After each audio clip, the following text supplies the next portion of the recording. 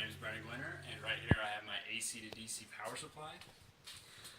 The importance to my AC to DC power supply is the fact that we use this every day in class, and it was in fact one of our projects that we had to do for our electronics class. There are two main concepts that you need to know before operating one of these, and that's AC to DC voltage. So AC would be alternating current, and what that means is that there's no ground. So both of the wires are hot, and both of the wires have both plus and negative voltage going through.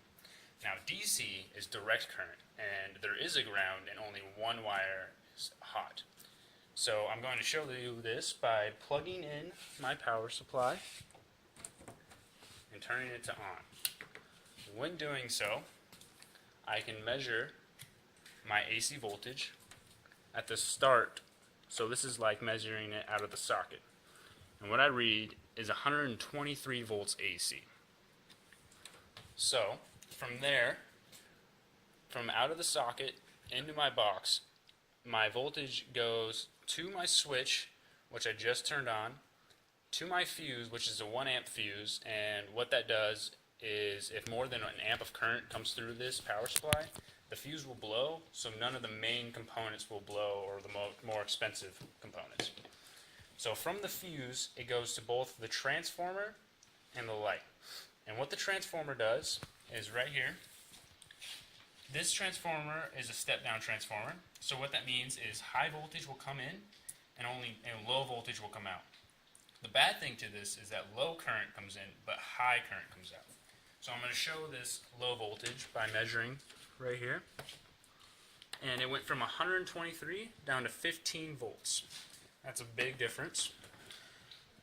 Then, from that transformer, that step-down transformer, we go to the bridge rectifier. And this is where it converts that AC voltage to DC voltage. So we have a positive voltage coming here and a negative voltage coming here. And because of these diodes right here, negative voltage has to go this way, while positive voltage goes this way. So we have plus and minus on this side. Now I'll switch it around. Now we have negative voltage up here and positive voltage down here. If we have negative voltage coming this way because of the diodes, it goes down here and out here. If we have positive coming this way, it goes up here. So we have plus and minus again. And that's what the bridge rectifier will do.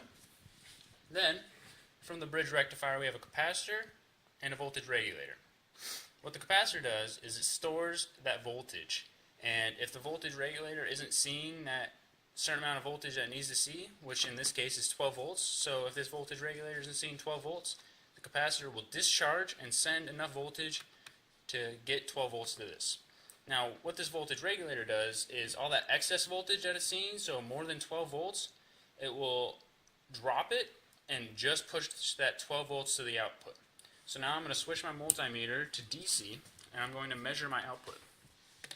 So when doing so, I get about 12 volts, which is 12.17, which is awfully close.